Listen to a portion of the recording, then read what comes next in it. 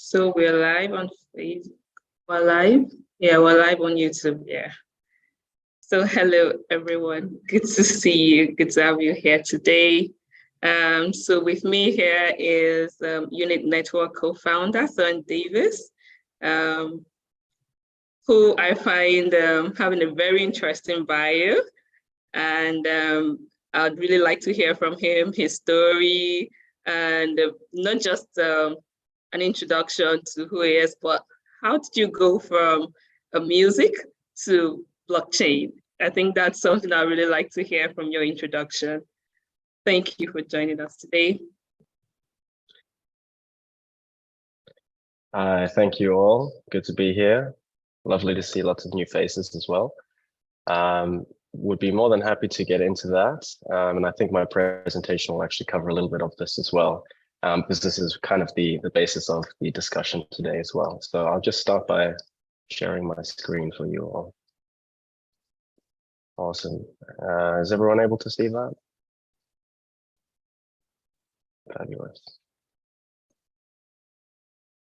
All right.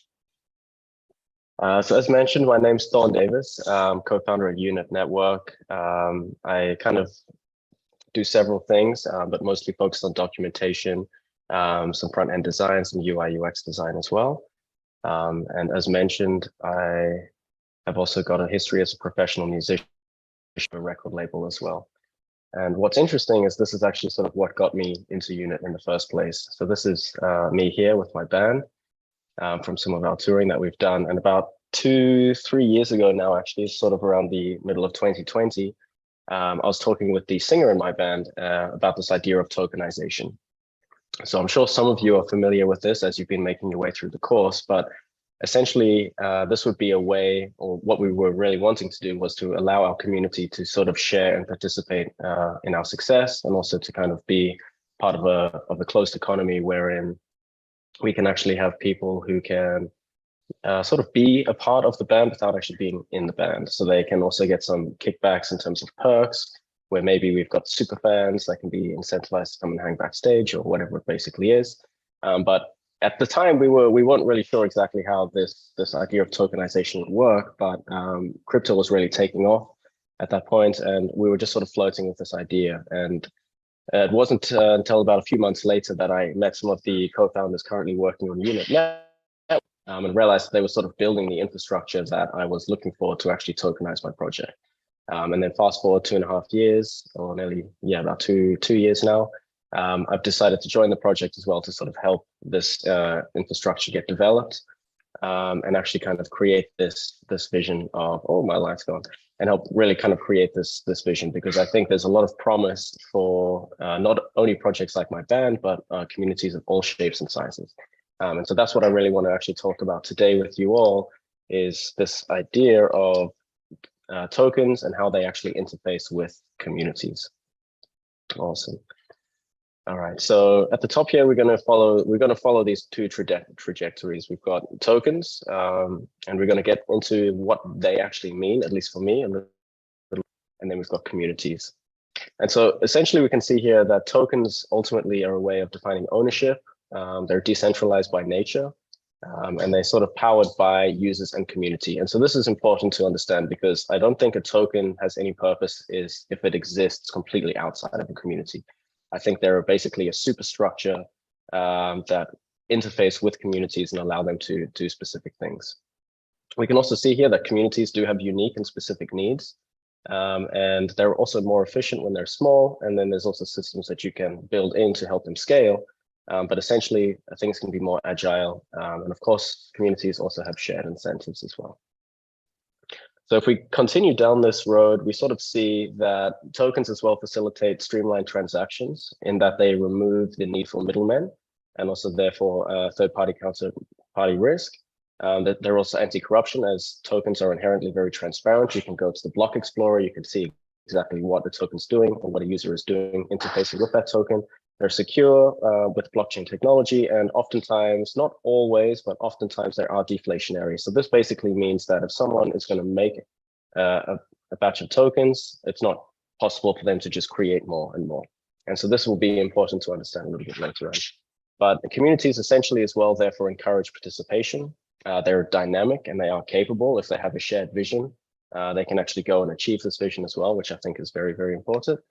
And then they have cohesive internal economies, all of which begin to start interfacing very well with tokens as we move forward. So tokens ultimately exist to improve upon antiquated systems. And so if we think about how value is transferred between people, communities, countries, businesses now, it might seem like it's very fluid, but what we actually believe is that it can become a lot more efficient and we can remove a lot of friction of how value actually moves around in the world. Of course, communities benefit from improving antiquated systems, and they're always on the hunt to not only scale better, but to find sort of better systems of interfacing and sort of interoperability as well. And then communities, what I like to think of, tokens, what I like to think of them as is complementary currencies. So I don't think a token needs to replace the existing system. We're not here to try and reform the existing system per se. We're basically here to build an alternative system, and we allow people to kind of exit to a new system, because I think it's a lot easier and a lot better use of time to build something new than to come into something old and try and renovate the entire. And so we'll sort of be looking at this longer term. And then ultimately, tokens also provide monetary resilience, et cetera, et cetera, et cetera. So all this to say is that I think tokens essentially are communities, and this is going to become very important moving forward. And so this is what we're really focused on with Unit Network as well, is because we're actually creating transparent tools that allow people to come in and to really see what is actually backing a token. So I think the days of tokens just going to the moon like Doge, which are backed by nothing except for hype, are going to be diminishing over time. And I think what we're going to really see is we're going to see tokens that are actually part of real world businesses and communities and projects that not only drive and create real revenue, but are actually providing some sort of value in the world. They're not there to just be pump and dump and to, make people millionaires overnight. So what I would like you to explore and to think about as well as you're also moving through the master's course is to think of tokens really as complementary currencies here. And as Steve Waldman has outlined, complementary currencies are historically deployed in the service of localism, of encouraging circular flow within a local economy into a more global economy. So what does this really mean? I think what we can really see here is that if, for example, we take my band, we can see that if we did create a token specific for my band and we actually created some sort of local or closed economy there, what we're really doing is we're capturing maximum amounts of value. So we can actually create systems where we don't have to raise money from record labels, and we don't have to use many different other sort of service providers to facilitate payments. We can actually do ticketing. We can do all sorts of stuff with tokens. And this means that most of the revenue is either getting captured by us or it's getting captured by the community as well. We don't need to have these third parties in the middle that are like scooping. And so ultimately, this actually helps drive a lot of value moving forward. And the same is also true for city tokens, for industry tokens, and for many other kinds of business tokens. Now, the idea of local currencies is actually not new. And so a lot of people are scratching their head at crypto and tokens in general, and they're kind of seeing like, hey, this is like, what is this new sort of innovation? Why do we actually need all of these different currencies? And this is actually a map here. This is pretty old. This is actually from the early 1900s, if I'm not mistaken. And what these dots are showing are scripts. And script is basically a local currency that was actually issued by a town or a city or a municipality over time. And this was done for a myriad of different reasons. This was, of course, when the United States was still within its infancy. But really what you can actually see is that a lot of these local currencies actually existed for the specific purpose of servicing a smaller community, a town or a city or whatnot.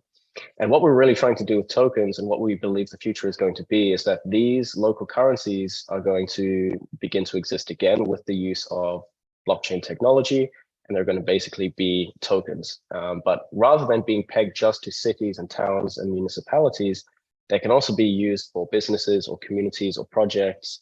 And now, because we actually have the internet and all sorts of other technological improvements, someone in Africa or Europe or South America can also participate in a community in any one of these countries. It's kind of like borderless business, which I think is a really huge opportunity to not only unlock a lot of capital and value that's held in the world, but it also allows myself, say if I really believe in a certain cause or charity or project, I can actually now participate in a valuable way with that community, even if they're not within my locale.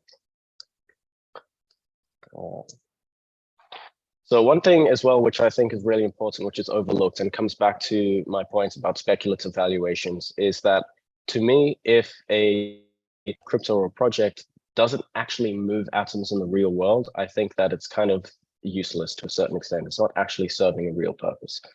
And what do I mean by this? So if I create a token and I'm just hyping it and I'm going on Twitter and I'm getting everyone to just buy it and I'm saying this is the next big thing, but it's not actually powering any sort of initiative or vision or getting people together in like an actual physical way of doing something of impact. To me, it's kind of like the technology it's sort of irrelevant. It doesn't actually need to get used, and there's very little fundamental value. Now, I think Bitcoin is potentially an exception to this. However, what I think ultimately Bitcoin is going to be is sort of a digital gold, which is backing up and creating value for tokens. And so I'm not sure where you've exactly gotten to with this on your unit masters journey at the moment. But on you, the key things that we do, which is different, is if you create a token, you can actually back it up by cryptocurrencies that exist, like Bitcoin or Ethereum or Polkadot or whatever. And this is important because going back to my band, for an example, if we were to give a certain portion of the revenue that we earn and actually lock it into the treasury of the token, this means that whoever holds the token is now actually getting a share in the upside of the business that we do. And it kind of creates this very positive feedback loop where our community are therefore incentivized to actually help the project grow because they're getting a direct kickback as well. And so this kind of process can be used for many different communities or businesses. It's definitely not exclusive to what we're doing. And I encourage you all to explore different examples as well as you're going. And I think this idea of crowdfunding in this way is really not new. I'm sure a lot of you have heard about Patreon and Indiegogo and GoFundMe and Kickstarter, and there's many others as well.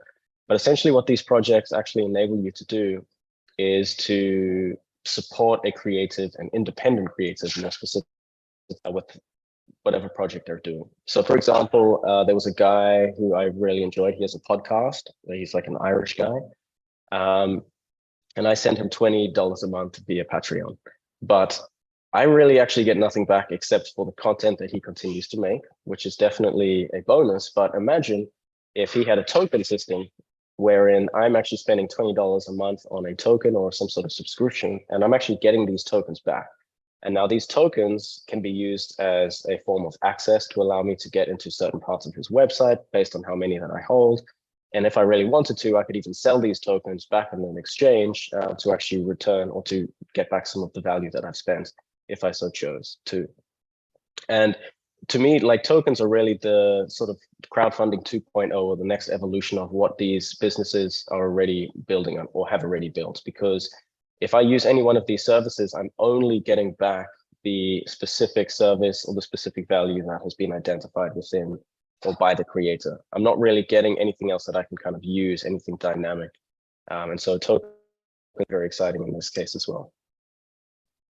So for creators, tokenization evokes the ability to preserve and defend oneself and community against the vagrancies and disruptions of the world beyond. So what this is really saying is if, let me just keep using my band as an example, say we do have our token and it's creating value and we're actually sharing this value with the community.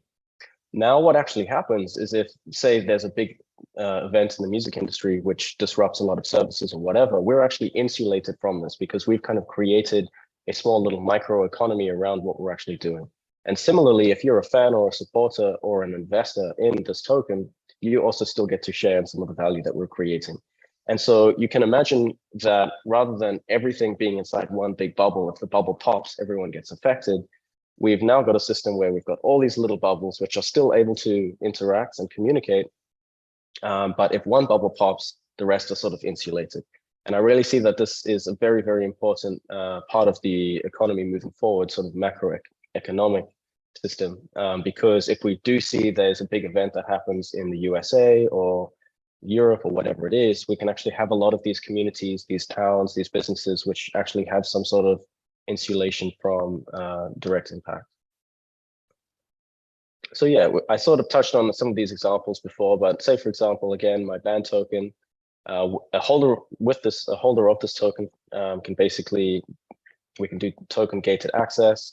We can crowdfund releases, so we can raise money to actually make albums or market the music or go touring, whatever it is. And we can directly share the success with our supporters through the token, because we can actually lock crypto into our treasury. It's verifiable. So I think this is super important, because everything that happens, you can actually see. It's basically logged and recorded on chain.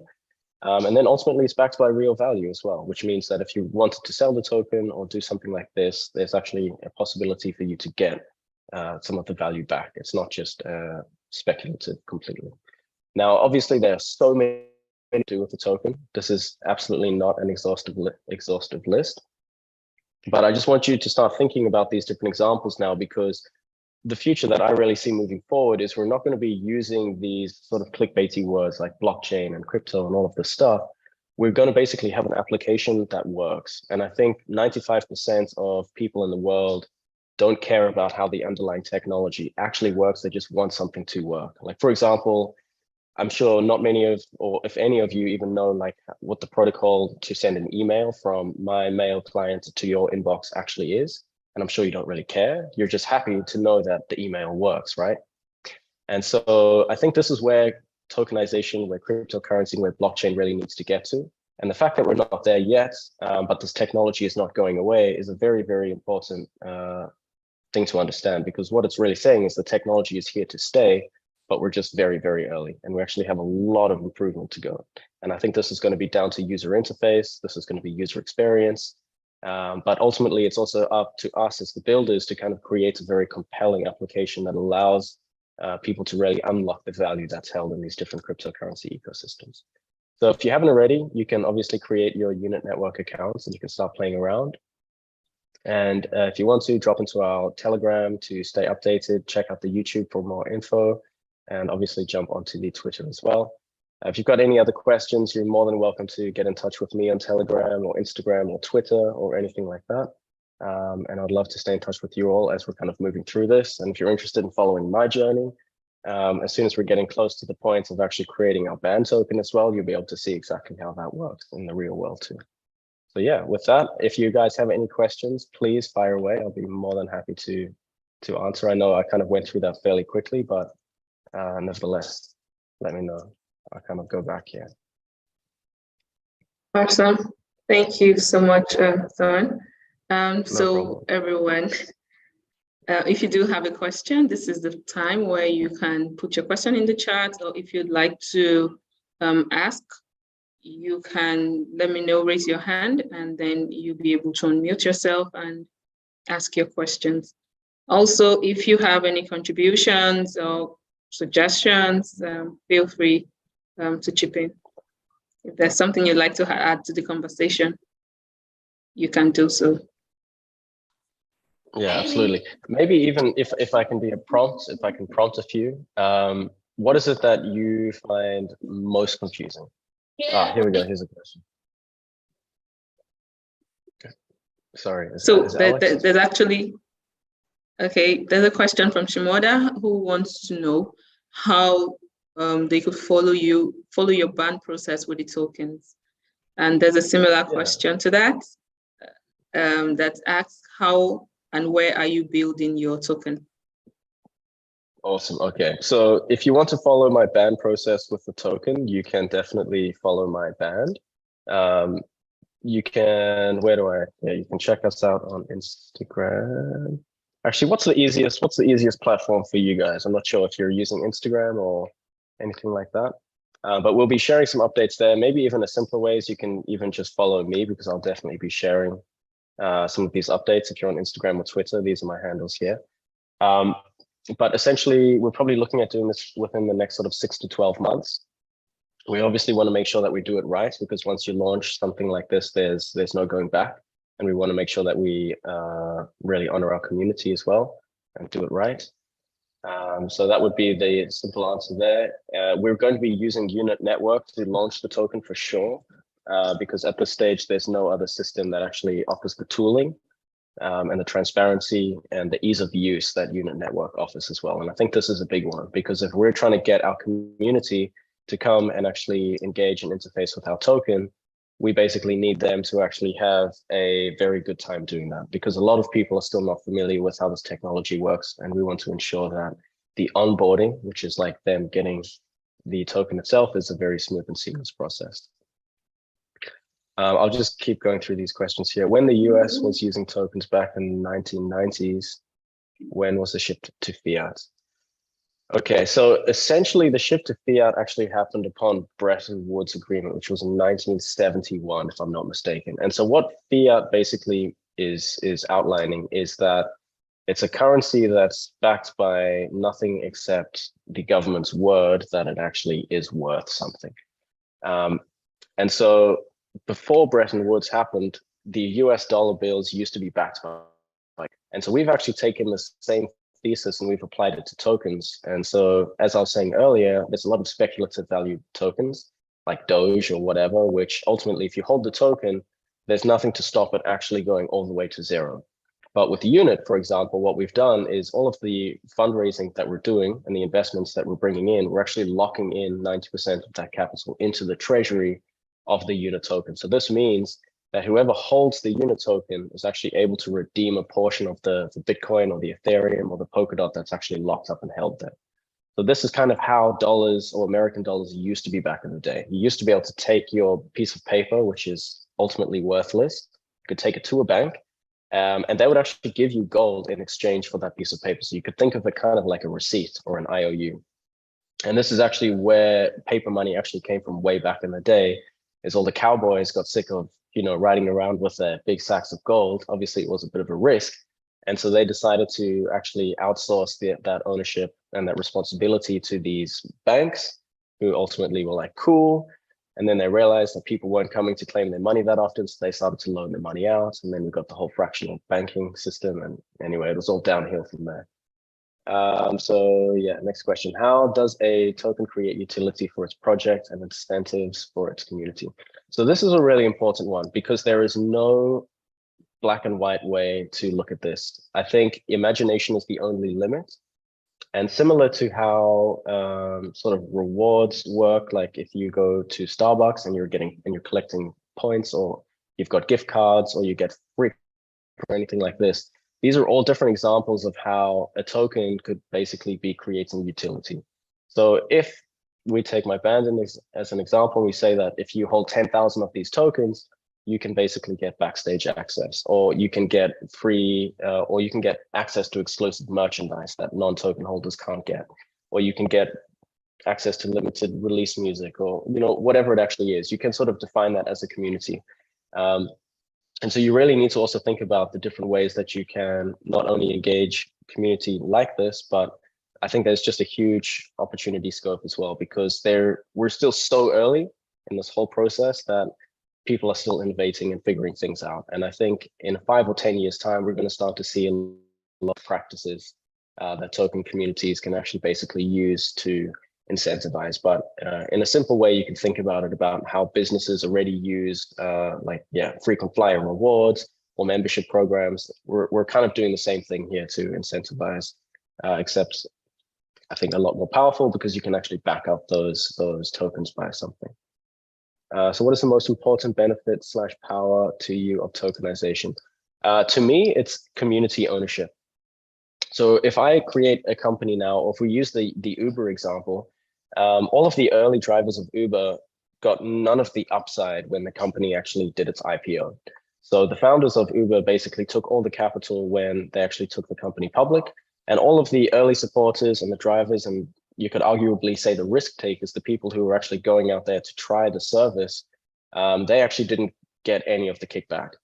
So imagine if the situation had been a little bit different, and that tokens had been sort of involved in the process, and the early drivers were also getting incentivized with payment, but also with tokens. So they were basically able to exercise or to get access to some of the value that was created when the company goes IPO.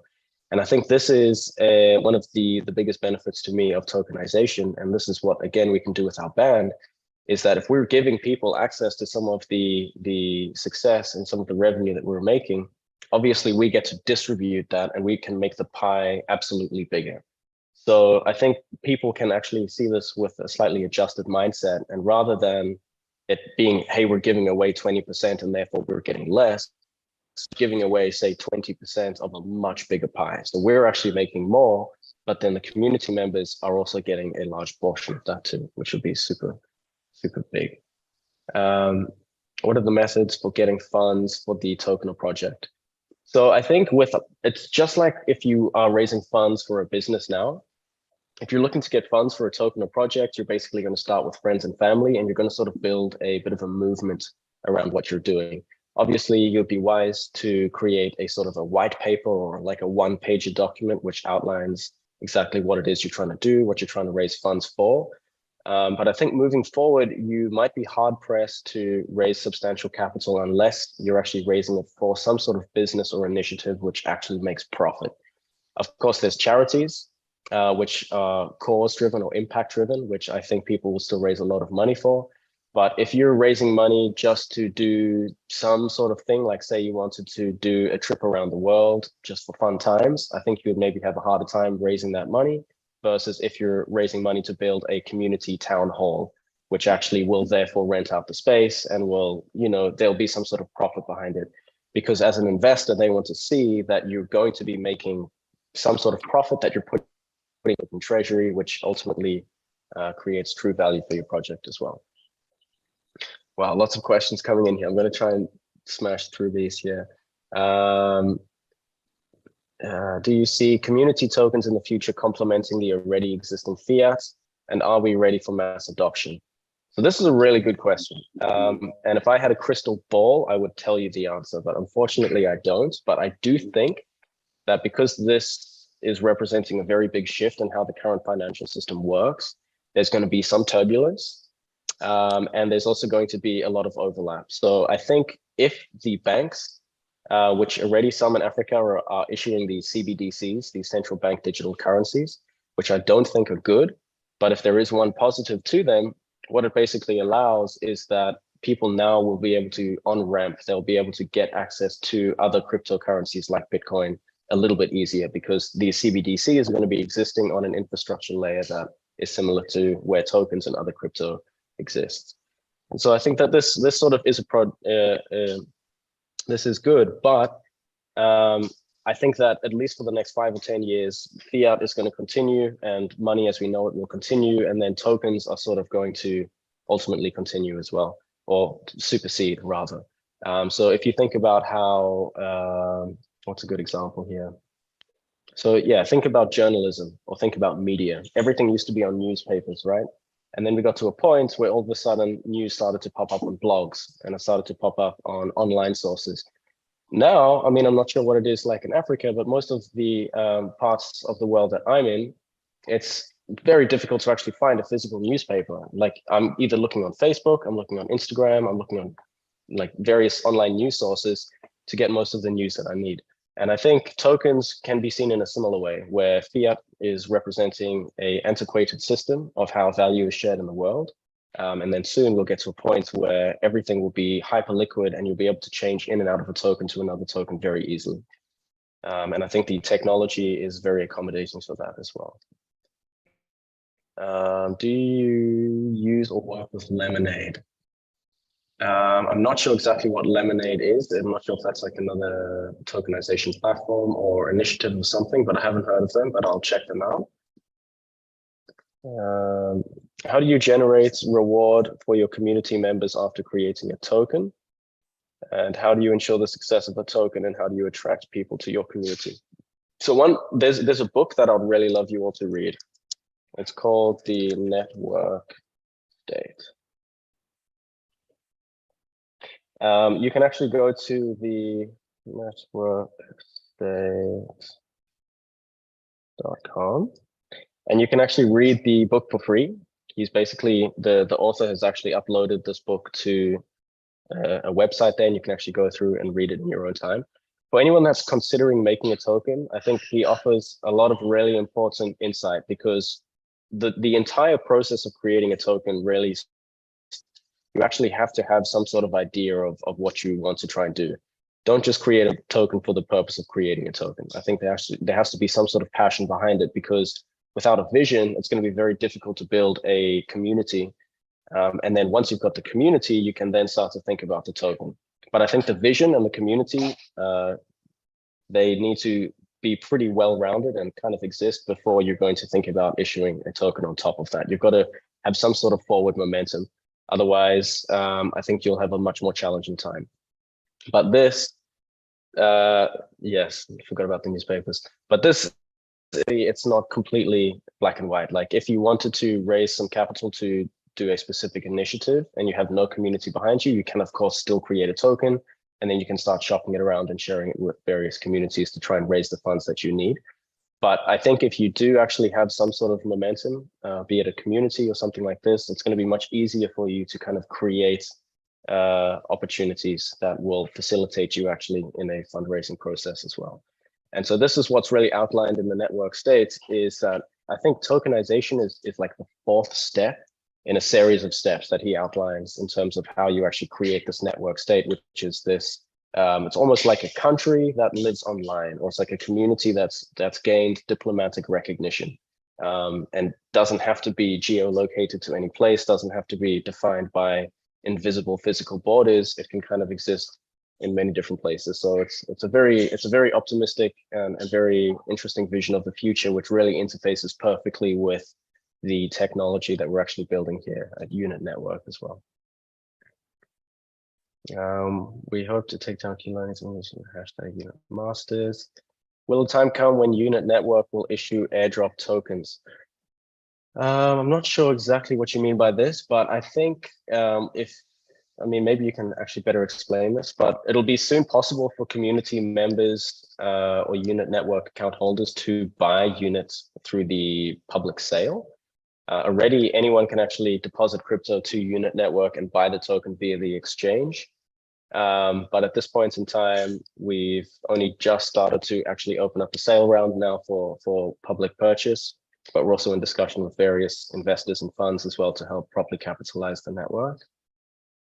So which should come first, the community or the token?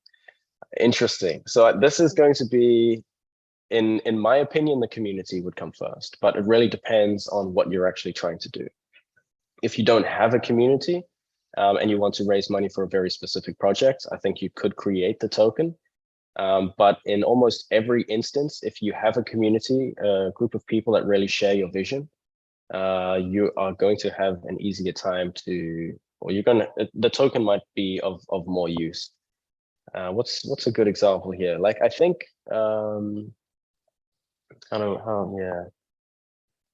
don't know, it's kind of hard to say. I think, again, it kind of comes back to many different use cases or examples that we have seen in the world, but ultimately community first, I would say vision and community first, and have that very, very sorted. And then the token is a sort of superstructure that exists with that. How would you define stakeholder capitalism? So yeah, I would say stakeholder capitalism ultimately is going to be what tokenization is, and allows anyone in the world to actually come in and to buy a token and to become a stakeholder in a project. So someone in Europe or Russia or Africa or South America could technically buy my band's token, and they could actually therefore share in our community. They don't have to be in Australia, which is where we started the band, and they don't have to be defined by the rules of what's happening there. And like it just is. I think the internet is just a really good example of this, because the internet democratized information, you know. And if you even think about the printing press, for an example, there actually used to be a time in human history where only the monks used to know how to write, and all of the books were written by them. And to even therefore know how to write or to read, this was something that was only the top 0.01% of humanity at the time. And so we had a huge portion of the world which was ultimately illiterate. And then when the printing press came, all of a sudden we were able to democratize information. We could have an average person create a book and spread it to millions of different people. And so as soon as information started to actually move like this, we all know what basically happened, which is that the entire world started to really level up. And the same thing is going to happen for finance through tokens, I believe. Because right now, the current financial systems, there's a lot of friction. They're there's a lot of problems going on. And I think when we actually implement tokenization effectively, we're going to basically get this democratization of finance and value, and it'll move like information now moved through the internet as well. What's your thoughts about the risk of capping the potential growth of a token by using the treasury? Could it be a limiting while it's also acting as a security? So I really encourage everyone that makes a token to have a good think about what they're really doing here. But if you're doing a token on the back of an existing business which generates profit, I don't think there needs to be a concern about a cap, because what you're really doing here is any of the token holders are actually able to either sell the token or to burn the token to get some of the value of the crypto held. So what we were thinking of doing for my band was, let's make an album, and we're going to raise X amount of money for this album, and we're going to give 20% of the revenue that that album generates in perpetuity. So for the rest of time, we're going to take 20% and put it into the treasury. Now, this way, this will just keep on happening. And so ultimately, the value of the treasury just continues to grow and grow and grow and grow over time. And so I don't think there needs to necessarily be a cap, because if it gets to a point where people are feeling the token is overvalued or undervalued, we can let the market decide. Either they'll sell the token and drive the price down, or they'll redeem the token to take some of the crypto held in the treasury out. But it's really up to the market to sort of make that determination as to what's going on, and they can make that based on how they see the project going. But if the band continues to grow and become very successful, then I don't see the need for there to be any cap. And as for the security aspect, this is going to, again, be down to the jurisdiction that you're in and like where the business is actually registered. If you're dealing with an existing business where it's very established, if it's a large business, you would obviously be getting some lawyers in to kind of assist you with your planning here. But if you're taking a portion of the revenue that's coming through and you're putting it into the treasury, this is ultimately a marketing expense. It doesn't necessarily have to be paid out as a dividend. And so that also simplifies the process there. How is it possible for the community members to ensure the creator doesn't suddenly offer rewards? Creator doesn't suddenly not offer rewards or incentives. Yeah, so this is the entire point of the treasury. So if we're going, again, I'll use my example. Say 5 years, we've created our token, and in 5 years' time, something happens.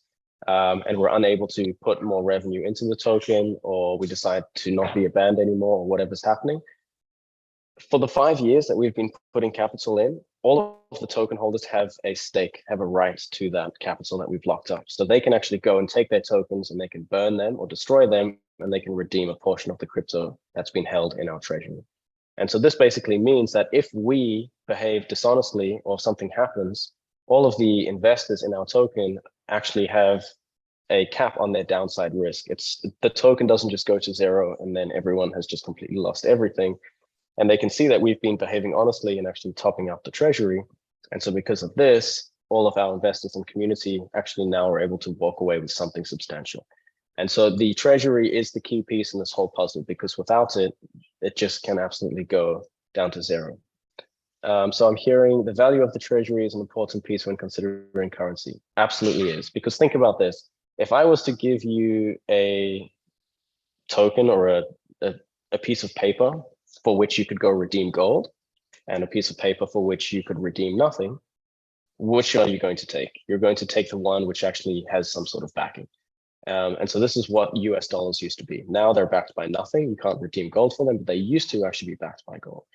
And so same goes for a token. If you're looking to buy into my project or my band and you see our treasury has got nothing in it, this means that any money that you put in, you need to almost be expecting to lose everything potentially.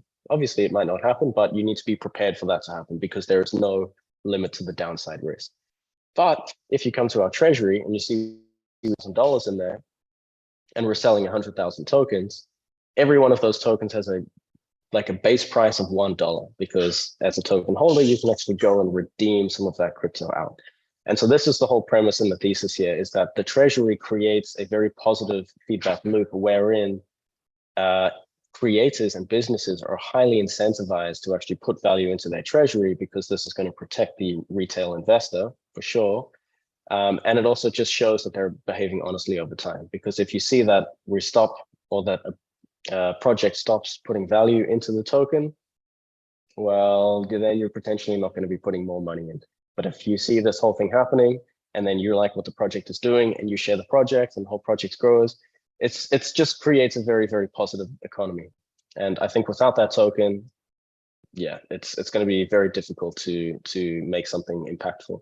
And I do truly believe that a lot of the cryptocurrency projects and tokenization projects moving forward are going to use this treasury system. Because I'm not sure how many of you have been following crypto in the last 12 months, but it's been pretty crazy times. And we've seen some of the biggest players and businesses in the industry completely tank, and all of the investors get absolutely what's called rugged, which is they lose their entire principal or investment. And I think this is very, very unfortunate, because it not only creates a very bad stigma for crypto, but it doesn't actually have to be this way.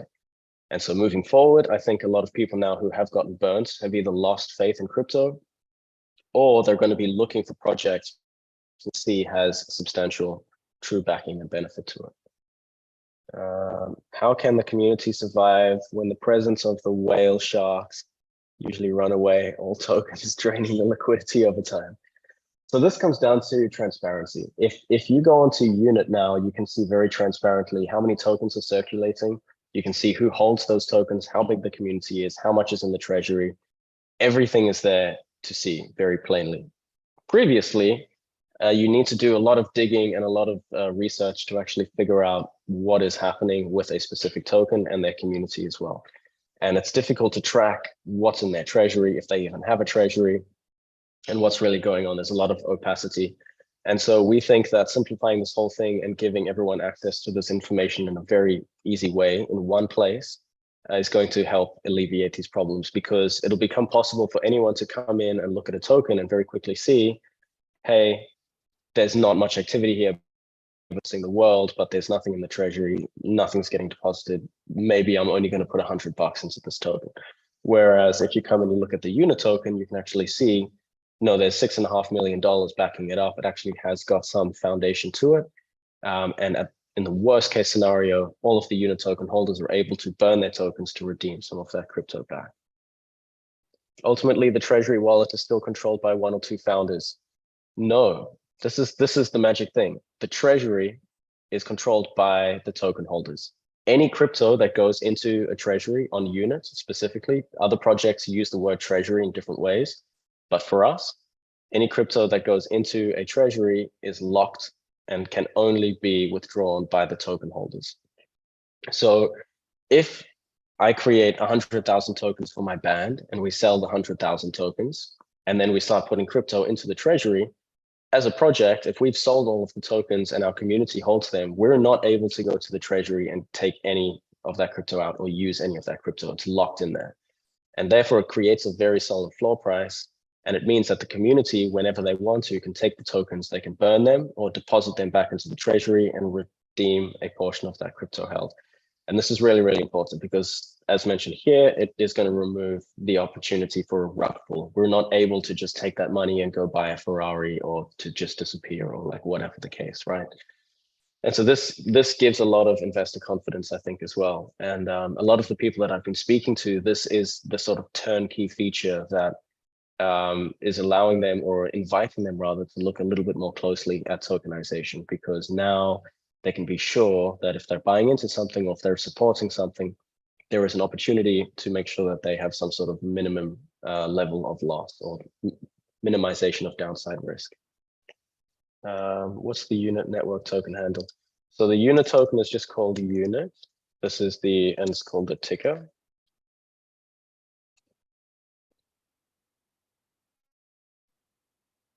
I'm also hearing it is best to do our research before supporting initiatives, especially financially. 100%. Don't take someone's word for it. I think those days are gone. And it's really now going to be up to communities to provide a lot of this information, it's going to be up to the projects to provide a lot of this information for their community members upfront. Again, if my band is going to do this token thing, we're going to make a very clean white paper or an outline of exactly what the token does, what it's used for, the value that a token holder gets from it. what the whole process is. And so this way, anyone that holds the token can have this piece of paper or this document that we've released as a reference to make sure that we're behaving ethically and honestly with our token. If we say we're going to put in 20% of the revenue we make from a specific album into the treasury to back up the token, and that doesn't happen, everyone can see, hey, this is what we promised, this isn't happening, we're not putting any more money into this project, and ultimately we actually burn our reputation. And so a lot of these projects and the success of a lot of these projects is going to be based on reputation. If you have an existing business that already is doing well and has a lot to lose, and they create a token and they're so highly incentivized to behave honestly, or else they're going to basically destroy their entire reputations. And I think this is, again, going to be interfacing with the Web 2 world a lot. But a lot of the different systems that we have on Unit are really going to be pulling all of this together to make it very, very simple. But yeah, definitely do your research before supporting an initiative for sure. And also remember to consider my own projects and integrity of it, and as well as my friends and family, as this gains adaptability. Smart contracts is what locks in our security. Exactly. So we're our own blockchain, and the way that everything works on our chain is going to be different to how it works on other chains. But ultimately, once we're sufficiently decentralized, everything can be verified on chain. You can go look at our block explorer and you can see exactly what value is held where. Everything can be verified. And as our plan is that over time, we're actually stepping further and further away from the project, and we begin to open source the projects completely. And the reason that this is important is because we want to be sure that there's no single point of failure, so that if something happens to any one of us core team members, the project doesn't just collapse.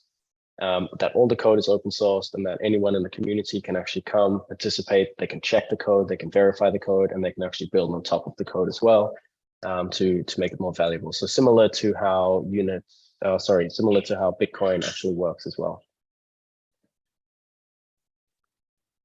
Yeah, again, early days, but definitely go create your token for sure. Links being shared there. Or sorry, not create your token. Open an account. Feel free to create a token if you like, at least just to test it out, and just get familiar with the entire tech.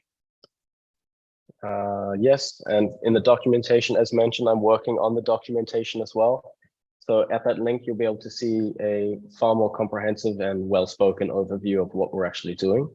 And if you have any questions, feel free to ping me. If you have any suggestions of what you would like to see in the docs, definitely get in touch with me as well. I'll be more than happy to get that all sorted for you. And yeah, if we have no more questions, then that's all good. And yeah, really appreciate all the thanks. Very, very happy to be here with you all and actually be sharing. Thank you so much, Thorne. That was an amazing session, and our students always very engaging. I do believe that all your questions were well answered. Thank you. Great. Someone stays very happy. So thank you all so much for joining us today, and thank you once more, Thorne, for being here. Hopefully we see you next time, next cohort. Yes. And so that's how we come to the end of today's session. And looking forward to see you all again tomorrow. And like Thorne has said, if you do have more questions, feel free to ping him. I'm sure he'll provide answers. So thank you, everyone, and enjoy the rest of your day.